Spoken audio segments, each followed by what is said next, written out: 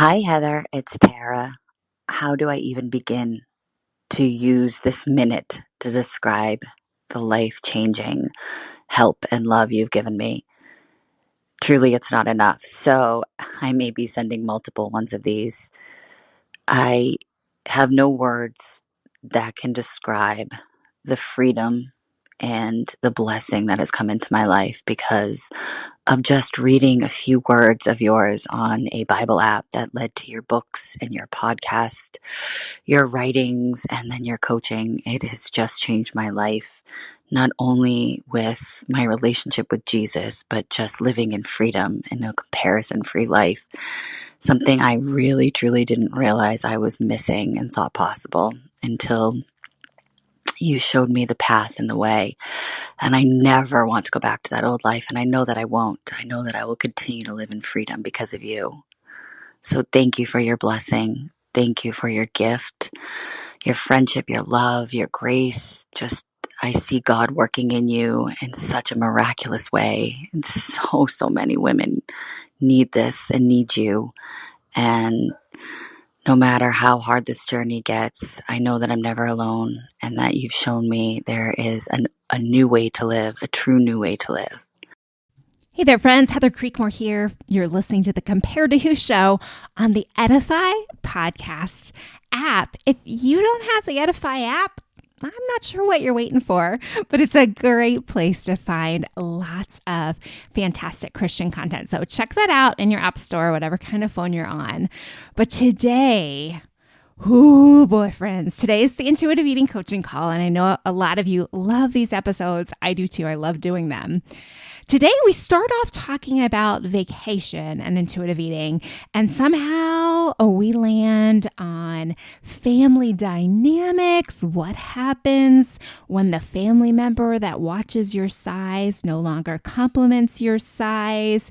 We talk about why I used to cry at the end of every vacation. Oh, we go to so many unexpected places in this episode. I think you're really going to love it. But before we go there, let me do a shout out to my client, Tara, who I know is listening to this show, but she went through group coaching in the spring and we're just finishing up. And she's had an awesome experience, and it's been really an awesome experience for me to work with her and all the other women I worked with through the spring coaching course.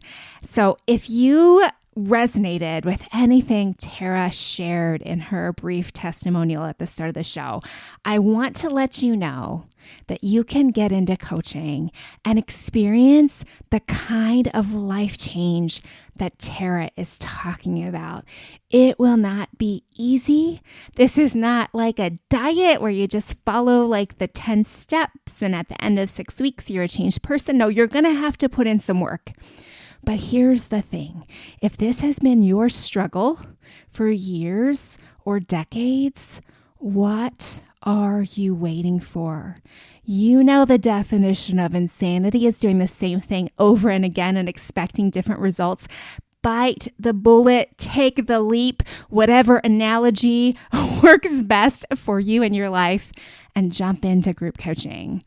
I would love the opportunity to work with you. It starts in September, which I know is kind of a busy time for some of you, but we'll start mid-September and we'll go through the end of October. So you're done before the holidays. What would it look like to feel new freedom when you're around family members next Thanksgiving, next Christmas?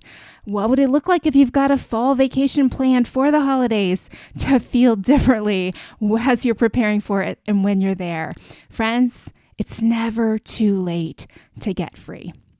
Okay, if you want more information on coaching, drop me an email, heather@comparedto.me, or just go to the website, comparedto.me, and look for the group coaching tab.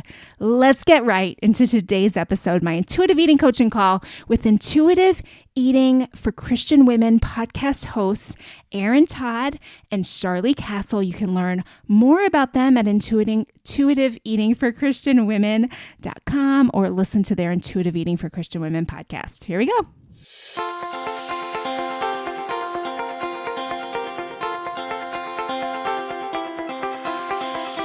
Welcome to Compared to Who, the podcast to help you make peace with your body so you can savor God's rest and feel His love. If you're tired of fighting body image the world's way, Compared to Who is the show for you. You've likely heard lots of talk about loving your body, but my goal is different. Striving to fall in love with stretch marks and cellulite is a little silly to me. Instead, I want to encourage you and remind you with the truth of Scripture that you are seen, you are known, and you are loved no matter what your size or shape. Here, the pressure is off. If you're looking for real talk, biblical encouragement, and regular reminders that God loves you and you're not alone, you've come to the right place. I hope you enjoy today's show, and hey, tell a friend about it. I am just getting back from vacation. And in today's call, I thought maybe it would be fun might not be the right word, but it would be helpful to talk about this. I think this is truly my first vacation as an intuitive eater. I would say every other vacation before this, I have either been trying, not necessarily on a diet, because I haven't really done the diet thing purely in years, but thinking more about wellness. And then I had my hypothyroid autoimmune disorder, my Hashimoto's, and trying to eat according to the wellness plan for that. And this is probably the first time I've gone on vacation and been able to kind of just, okay, I'm just going to see what it's like to just be and just eat. And so what did you learn? What did I learn? Okay. Well, first of all, I learned that carbohydrates over the course of now, I need to give full context. My dad had open heart surgery the first couple of days of my vacation. Nothing says vacation like a hospital, right? So things got a little wonky. We were planning on going to see them anyway, and then he ended up in the hospital and needing surgery. And so I went early. So I was actually gone, kind of quote unquote, on vacation for 2 full weeks. Okay. But my family didn't arrive until I guess day 5 or 6. And so I had, a good week and a half of what felt a little bit more like vacation. And so there's a stress component to that, I guess, was the reason why I share that. Right. Mm-hmm. So I had this, I'm a little stressed out, and, quite candidly, you're in the hospital all day long, and there's just hospital food options, but it was funny. So even the hospital side of things, went down to the cafeteria, and there's, everything in a hospital cafeteria. But I got sweet potatoes and vegetables, and because that's what I wanted. I was just really craving. And the sweet potatoes, it's kind of funny how our bodies know what brings them comfort. The sweet potato, it was a sweet potato mash with cinnamon and nutmeg and stuff. And so it kind of felt like Thanksgiving, and it's obviously not Thanksgiving time, it's summer, but I was I want this. I want the biggest serving of this possible. And so it's kind of neat to see or to feel my body just doing what it craved. Now, I will also say that I didn't get enough protein in that, that particular meal. And so I found myself finishing my daughter's hamburger and doing other things. I was probably miscalculated there.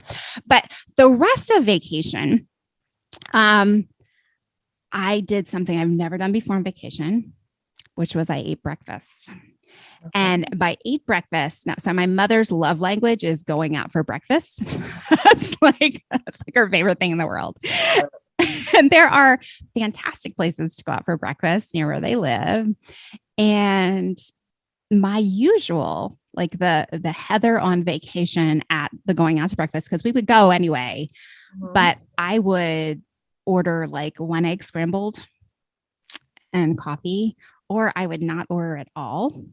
And again, it wasn't necessarily a diet, but it was more like my mediator release test, which some people will know what that is. Some people won't, but it's essentially a test of you're not fully allergic to things, but you kind of have an allergic response later to some things. So on that test for me, and I just actually popped up on Facebook, it's been a decade since I've taken that test. So this is information I've worked on for 10 years now, which shocked me. But that said, I can't have anything with oats, gluten, of course, dairy, of course, eggs, pork, and then a variety of spices. And so essentially that ruled out everything that is ever on a menu at breakfast. And so operating from those decade-old results, I would go to breakfast and not get anything. But since my Hashimoto's is under control, and since I've been trying intuitive eating, I'm like, I'm just going to see what it's like to be a normal person and order something off the menu that is normal. And so I had the most delicious orange cranberry muffin at this little breakfast place that specializes in these giant, delicious muffins. I had lemon poppy seed pancakes. I had all of these fantastic things. And guess what? I think I normally, now I'm not weighing, but I think I normally come home from vacation and I know like I've gained weight. Like that's just the dieter's normal experiences. You go on vacation, you come back, you're like, oh, I gained 5 pounds or I gained 10 pounds or whatever. I don't actually think I gained any weight on this vacation. And so that's a little mind-boggling. Now, again, I haven't weighed, so I don't know, but my clothes don't necessarily feel tighter. They feel the same. And I just, I just kind of feel the same in my body. But I also noticed that like when I got the lemon poppy seed pancakes, for example, there were 2 of them and they were bigger than my face. Okay. So they were good sized pancakes. And I probably ate the equivalent of 1. And then I didn't want any more. I didn't binge on them because it was like, oh, it's my only chance to get pancakes. Okay, I have to eat it all. Right. And I think that mentality would have characterized a vacation for me before. Okay. Well, like I would be disciplined at breakfast, knowing all of my things. But then by lunch is like, screw it, I'm having pizza or whatever. Right. And then all the other things like, yeah, dairy's on that list, but it wouldn't have bothered me when we went out for ice cream. Like, just again, my irrational like the rules apply now. Oh, the rules don't apply now. This is vacation. The rules are off. It's vacation. Right. And so, so I didn't have that mindset. I was just like, what do I want? What am I hungry for? I'm going to eat that. And even with like sweet treats where I know some of my listeners would say like, oh, I get like so addicted. I have felt that addicted, quote unquote, feeling on vacation before, where it's like, so my mother's the queen of sweets and loves to give the kid. I mean, it's like, oh, I'll make brownies. Oh, let's go out for ice cream an hour later. And oh, there's like candy sitting on the counter. Like it's that kind of like overload. And on vacation before, it's been like, okay, I'm just going to have 1 of these peanut butter cups she has sitting on the counter. Oh, I'm just going to have 4 more of these peanut butter, and then, oh, I'm going to go out for ice cream too. And it was like eating all the time. I can't get enough sugar, but I didn't really feel that way. And we went out for ice cream one night and because I really wanted this really special ice cream place. And there's this amazing flavor with like those peanut butter pretzels, but they're chocolate covered peanut butter pretzels inside the chocolate ice cream. It's delicious. And had big swirls of peanut butter. I'm a big chocolate peanut butter person. And so I really wanted this ice cream. My husband stopped and we got some. And then like the next morning was my nephew's birthday and they wanted to go out for ice cream after breakfast because it was his birthday. And I think the non-intuitive eating Heather would have gotten ice cream then, right? Like last gas for 50 miles is what one of my clients used to say, like, woohoo, we're going home tomorrow. This is my last chance. I'll eat ice cream for breakfast. But I had just had my lemon poppy seed pancakes and I didn't want any ice cream. And so I sat there not as a martyr, like, oh, I'm going to be good while you all eat your ice cream. I just sat there and I was like, I'm good. I'm fine. And I didn't need it again less than 15 hours later. But so it was interesting to observe those changes in behavior for me. Yeah. So good. Those are like 2 of my favorite flavor combinations, the orange cranberry and the lemon poppy seed. Me 3. Chocolate and peanut butter. So I'm like, woo, my mouth is watering here. Making everyone hungry today. I love it. I want to hear a little bit about, so was your breakfast the muffin and the pancake? Well, that was two different times. Okay. Yeah. Okay. Yeah. Did you pair them with something or were they standalone? Yeah. So when I think the muffin time, I did just get scrambled eggs. Okay. And then a muffin came with my husband's meal. So I ate his muffin. And my pancakes, I had scrambled eggs and bacon with those. Okay, perfect. Yeah. So, oh my gosh. And I don't say perfect as like, good job, Heather. That was noise. Just like, okay, I understand what you ate. So they probably had some staying power. Yeah. With the protein. Yep. Yeah. Good. Yeah. That's awesome. Especially because that's something that's special for your mom.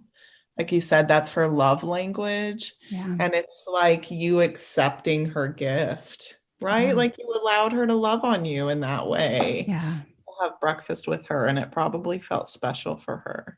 Yeah. I mean, I never really thought about it from the love perspective, although I've talked about it before, even on the show. But thinking back, how it may have felt totally unloving for me to sit there and be like, I can't eat anything here. And I don't know that I did it in a rude way, but probably a little part of my heart was like, I don't even know the right word to capture it.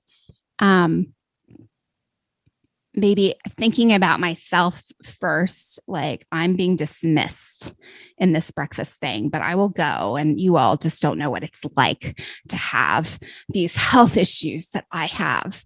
And then probably to go one step further down the yucky road, thinking like my mom has diabetes. Mm-hmm. And so watching her order what she wants and thinking, oh, Mom, you should not eat that. And this time I observed a little bit better how she will order a big breakfast with the blueberry pancakes are her favorite and all the things. And she maybe gets through like 4 or 5 bites of the pancake at the most and eats a little bit of her egg and, her bacon or whatever. And so checking my own judgmental spirit and unloving attitude and I don't know, food Nazi tendencies. I think it was also a part of it, just seeing, that version of Heather may not have been the most loving version. Yeah. Ooh, this is a road I would love to go down. Yeah, let's go.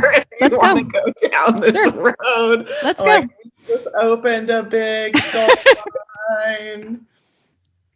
Oh, tell me a little about your mom and her diagnosis and your experience with that. Yeah. So she has had diabetes probably for 20-ish years.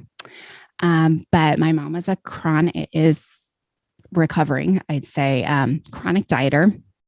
As I look back at her patterns, it was definitely a restrict binge cycle that kept her yo-yoing.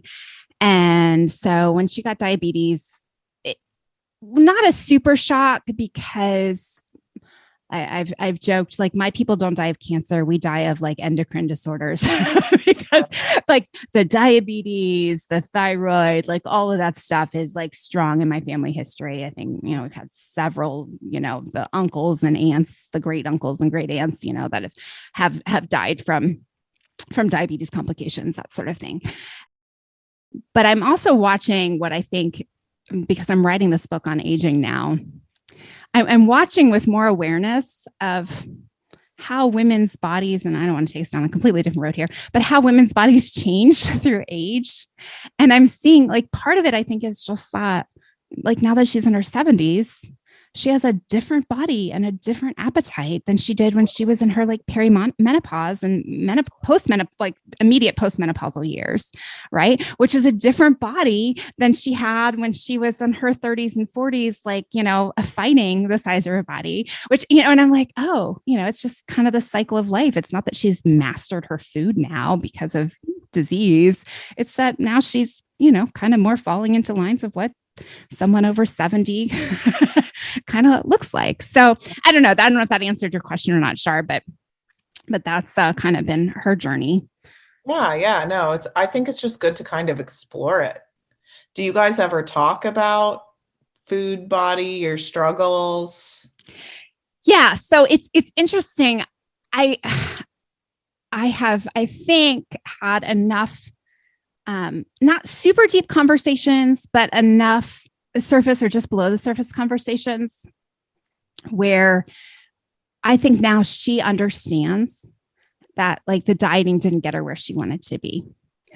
And I was talking to her about intuitive eating. It was probably a year ago, in that ballpark. And she was like, "Oh, well, that's what I do now." And I was kind of like, I don't know about that, Mom.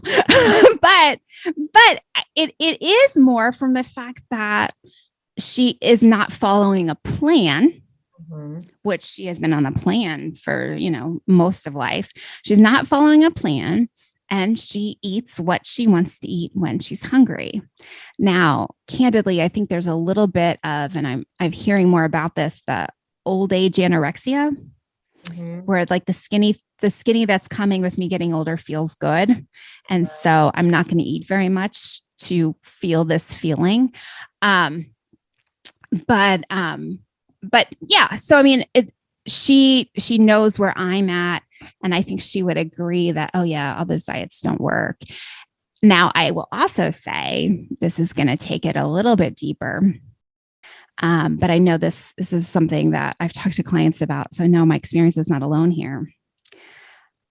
I have been taught to measure my performance in the arena of weight and size by her response to my body, my person when she sees me. And so I have had to come to grips with the reality that Mom doesn't tell me I look good anymore. And I would say that hurt for a while in the last couple of years. And this time I was watching for it, probably because I just had a client where I had this whole conversation about it. I was like, oh yeah, I get that. So I was watching for it, like listening for the, like even the, like, you still look good. I mean, you're almost 50 years old and you have 4 kids, like some sort of even like measured response like that. And I didn't get one. And so learning to be okay without Mom's stamp of approval on my current size. Ouch. Yeah.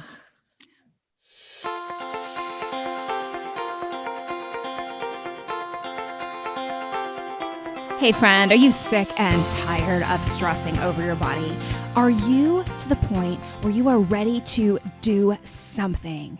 Okay, you've tried all the diets. You've tried all the wellness programs. You've tried all the exercise programs, and you still aren't comfortable in your own skin. And my friend, we need to work together. Now, let me be clear. This isn't a magic pill you're going to take. It's not another diet. But in my group coaching sessions, I try to put you on a path to freedom that you can continue to walk for the rest of your life.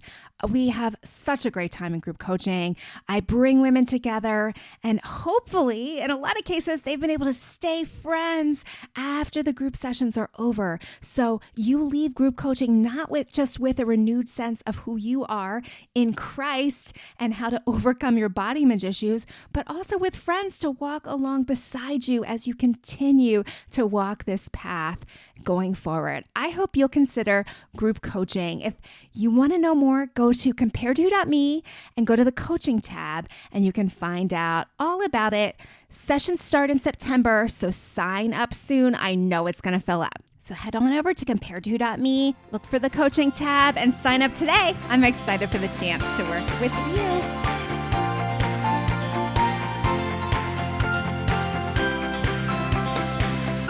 How does that affect? Do you notice any effect thoughts-wise with eating, with movement, how did you navigate that, Heather? So in the moment, so it was really strange because I think we talked about this a little bit a couple episodes ago. I've started to notice like much bigger hormonal shifts because I'm, approaching menopause. I know at some level, well, I guess we all are. We're all aging, right? Unless you're past it, you're approaching it. It's just, some degree or other. But I've noticed bigger hormonal shifts. And I mean, when it is like the week before, like I literally look down at my legs, and whether this is body dysmorphia, I'm not sure, but I think it's not. I mean, I know I have body dysmorphia, but I think it's my upper legs like swell, like they're just huge. And so the first couple of days we were there, like this was going on. And so I'm like getting dressed, and the mirror in the bedroom we sleep in at my parents' place is a magnifying mirror, which is horrible. I don't know who put those in. My parents didn't. but I always have to like look at the chair. Okay. Oh, the chair's bigger in the mirror. Okay. I'm bigger in the mirror too. Like it's this whole mental thing. But I just know like I felt big, but I was able to remember, oh wait, my period's coming. If I can just make it to Tuesday or whatever day it was, I think I'll feel better. And so I just kept saying that to myself. I just wait till Tuesday. And sure enough, by Wednesday, I was like, oh, it's like my legs have gotten to half their size and I feel okay. And, I can button my pants a little easier. And like, oh, the relief of all of that.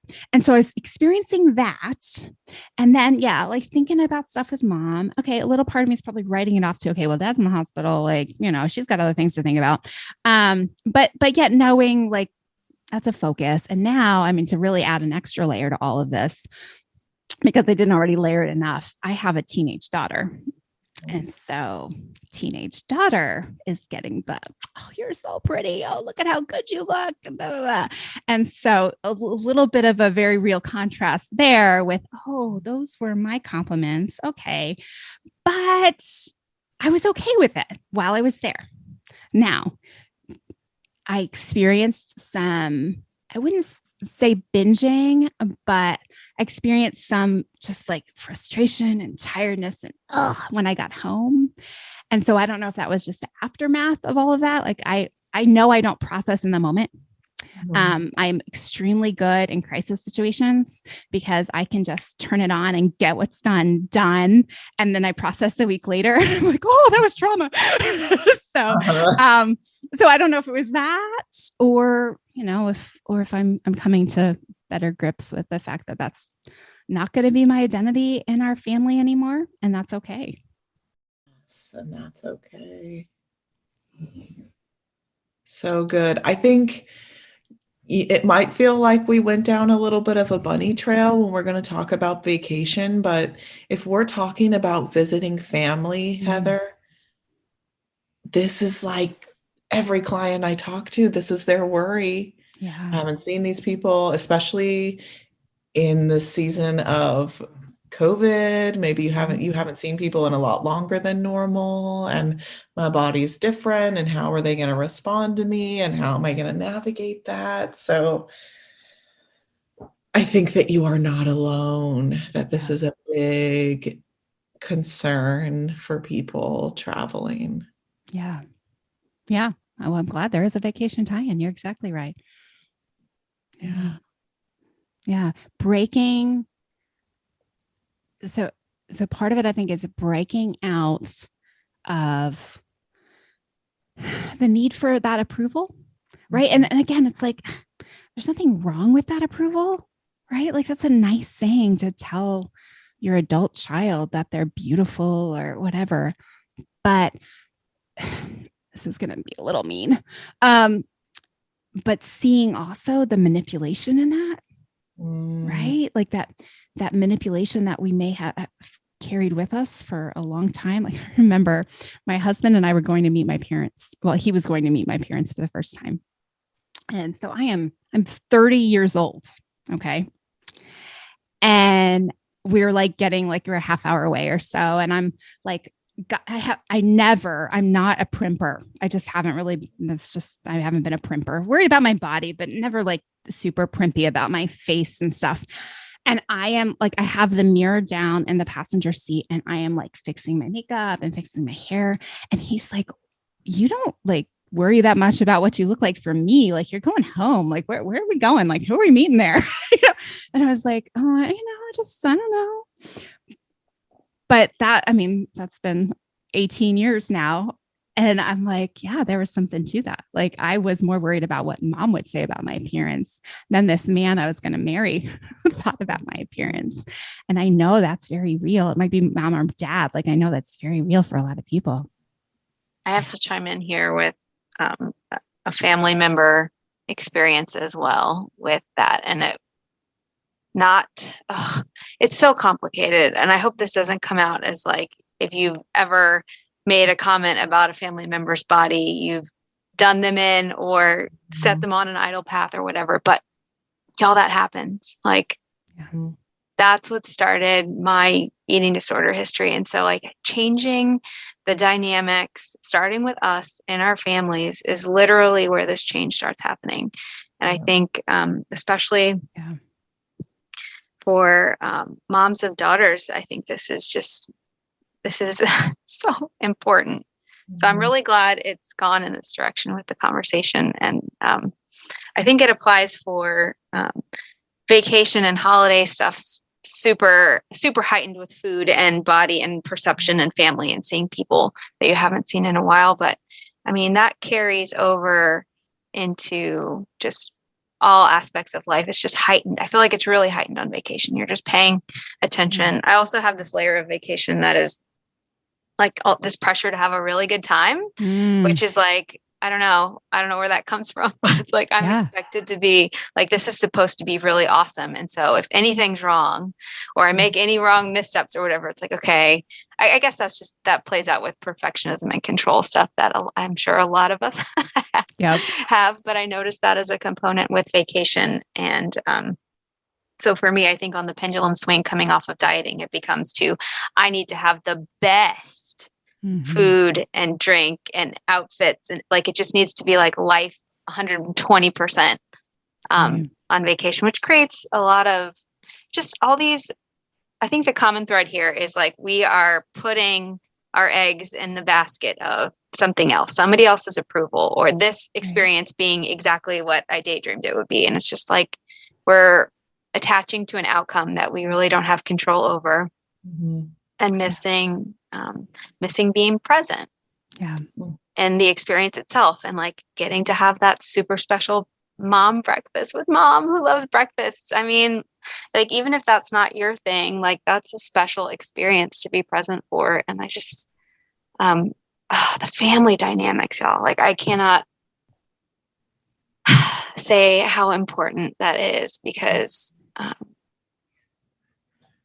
conditioning how we give love and even words of love to other people and tying that in any way to their appearance is so dangerous.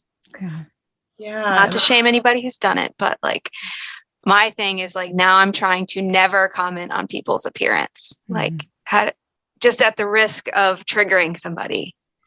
Even if I do think you look amazing today and like that dress is so flattering. Wow, you look fantastic. Like I would never want to say that, even if I'm thinking it, just because it's just really, it's really rife for problems in this culture.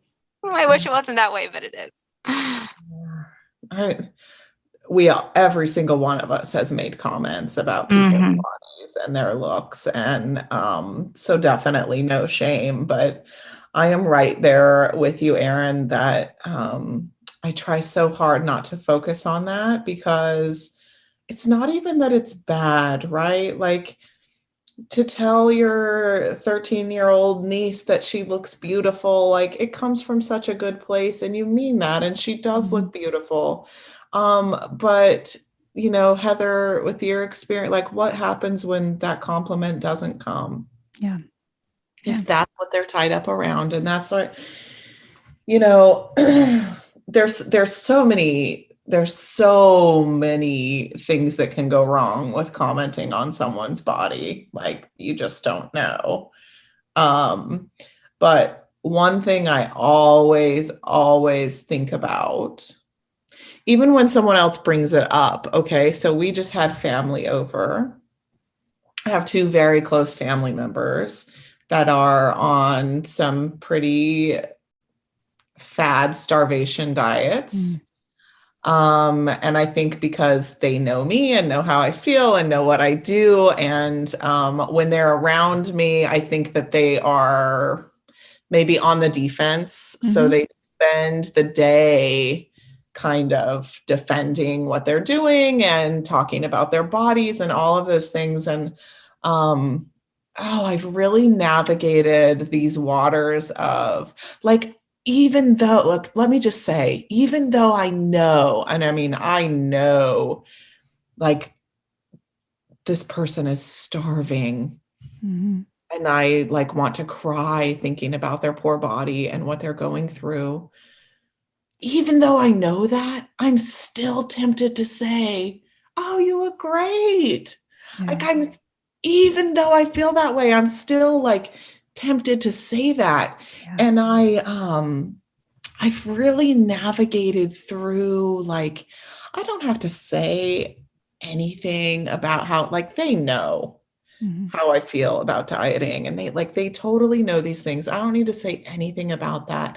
I really just and they're telling me about what they're eating and about how their body's changed and they're defending themselves and whatever's going on. I really just want to love them. Yeah. So I just try very hard to like compliment other things and talk about how much I love them and like I just want to this is how you love anyone in sin. Like you already know I don't support the sin and we don't even need to, I don't support it. And I want to make it so absolutely clear that I love you. Yeah. And I love you in it. And I love you. I'll love you through the aftermath of it. I will love you through the process of getting out of it. I will love you through the weight regain that I know is going to come. I will and I pray that I have been able to clearly show that to them. Yeah.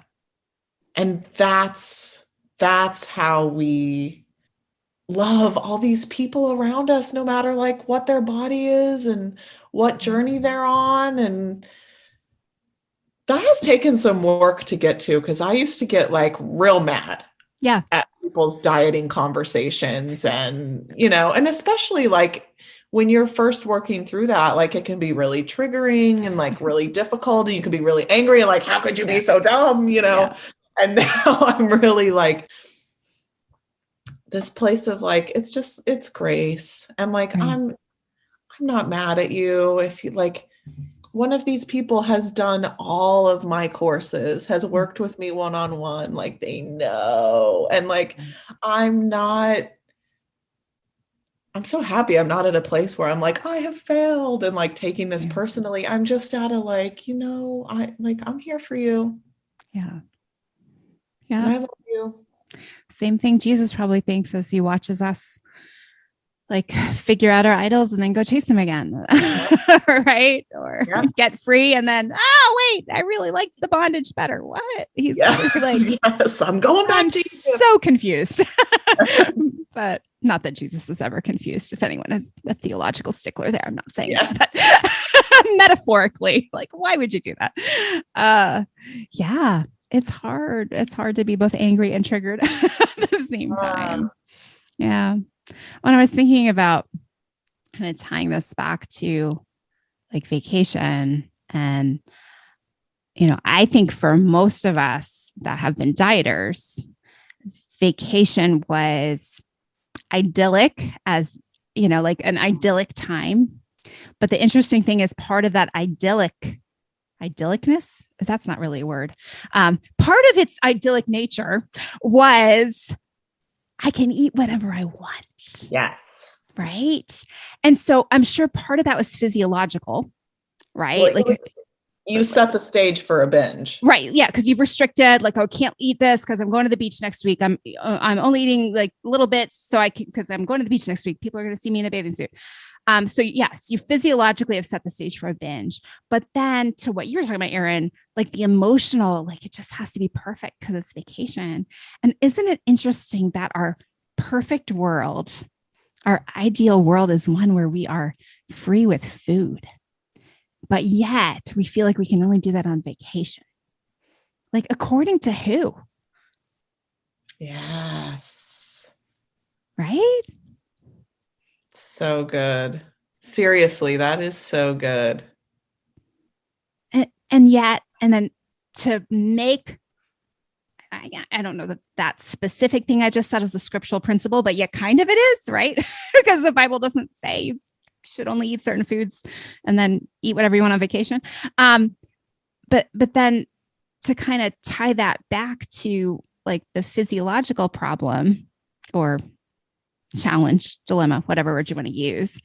But it's like we can't, the only reason why we can't live that way is because we've chosen to live this other way where we're making our bodies starve and then I need food and then starve and then I need food. And just, like the title of this, to do intuitive eating or whatever you want to call it, to have food freedom.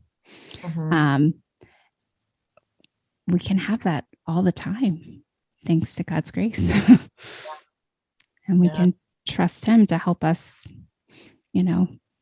guide us through that. And we're not going to be perfect eaters ever. There's no such thing as a perfect mom or a perfect employee or a perfect sister or a perfect daughter. So why do we think we can be perfect eaters? I don't know who gave us that idea. I do know who gave us that idea, but I don't know why we believe that idea, And so vacation doesn't have to be the time to like cut loose and sow your wild food oats. Yeah. So I'm thinking of, I'm sure everybody has, the saying, where did this come from? I don't know, but you see it everywhere. There's a meme on everybody's Facebook wall at some point, like create a life you don't need a vacation from. That's good. Yeah. And, I think like you can get that in Jesus. Yeah.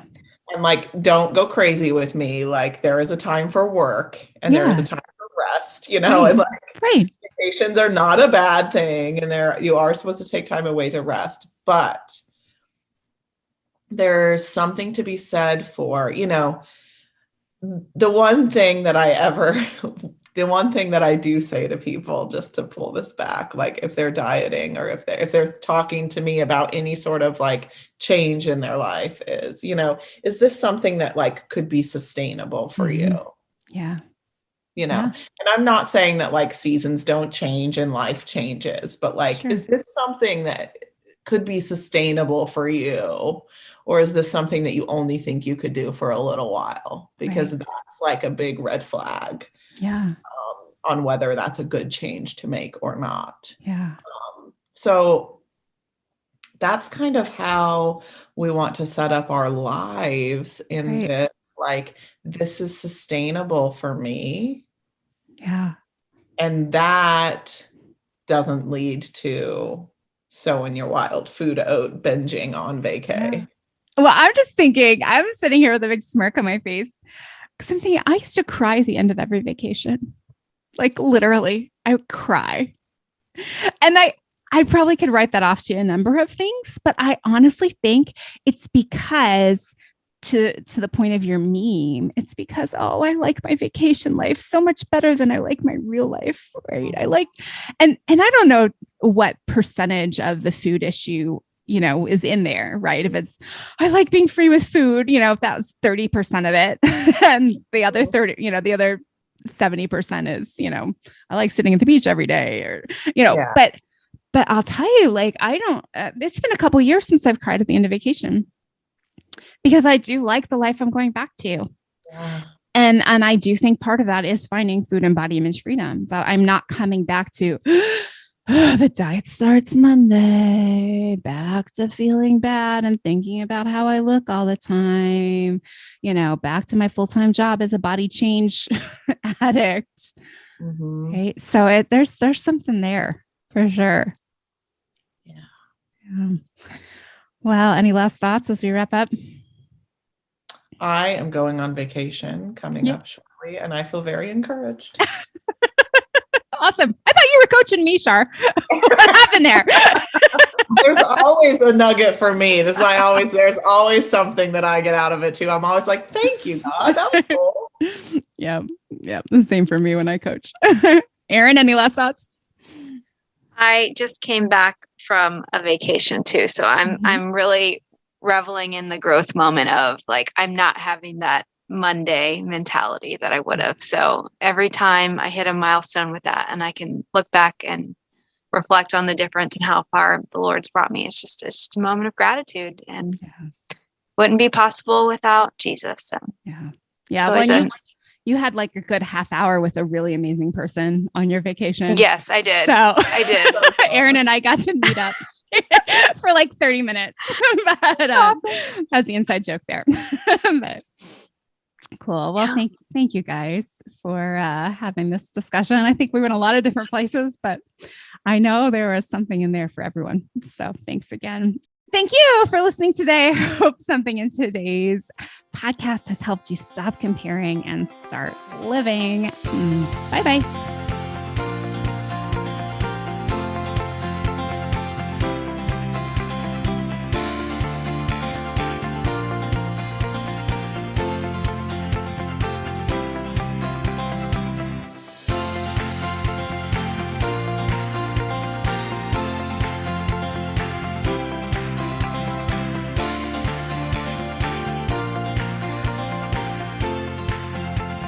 Oh, hey there. Before you go, if something from today's show blessed you, may I ask a huge favor? Leave a review on your favorite platform. Seeing your 5-star reviews is a huge encouragement to me. Not sure how to do it? You can go to comparetowho.me/podcast, scroll to the bottom, and you'll find all the information. And while you're at comparetowho.me, check out some of the more than 500 articles on there about body image, comparison, all the things you're thinking about. Plus, you can find out more about my books, or you can grab a time for a free 10-minute call to see if coaching is right for you. I'm so honored to be a part of your journey out of body image and comparison frustration, and I can't wait to hear how God is working to set you free.